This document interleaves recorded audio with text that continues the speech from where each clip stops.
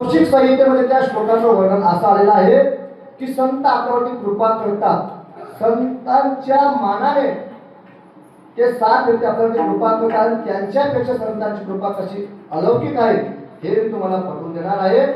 तर कौशिक संहितेमध्ये त्या श्लोकाचं वर्णन असं आलं आहे, 7 व्यक्ती आपल्यावरती कृपा करतात. ऐका, लक्षात ऐका. तासभरात कीर्तन सोडण्याचा प्रयत्न करतो. त्यामध्ये पहिला नंबर लागतो तो सूर्याचा.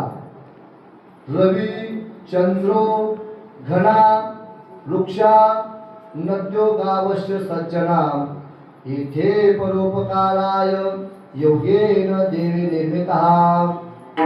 रवी नाम सूर्य. सूर्य आपल्याला काय करतात? कृपा करतात. सूर्य आपल्याला काय करतात? उपकार करतात. सूर्याचे उपकार काय हो आपल्यावरती? सांगा. सकाळी सूर्य उगवतो. सूर्याच्या जर आपण कोवळ्या उन्हात लहान बाळाला ठेवलं तर कुठलं जीवनसत्व मिळतं? कुठलं? जीवनसत्व. वा, हुशार आहात तुम्ही. जांभूळकर मंडळी म्हणजे सर्व चपात्या भाकरी खाणारी मंडळी आहे. म्हणजे आम्ही पण तेच खातो. हा, तर सूर्यापासून आपल्याला जीवनसत्व मिळतं. बरोबर. सूर्य देवता ही जी पंचदेवता आपल्या धर्मात आपल्या शास्त्रात सांगितल्या त्या पंचदेवतेपैकी सूर्य एक मुख्य देवता आहे.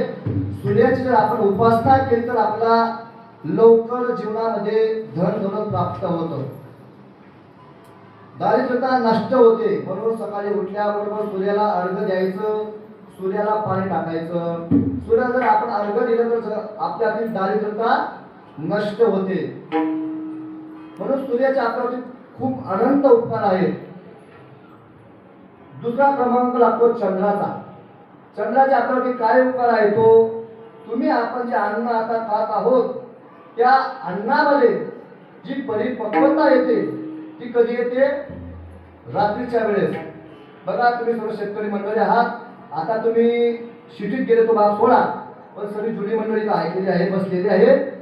मी काही तुमच्या गावातल्या महिलांच्या मुखातून ऐकायचो, महाराज आम्ही पूर्वी खूप शेती काम करायचो, पण आता ते शेती भाग गेला, आता पिकत नाही समजा.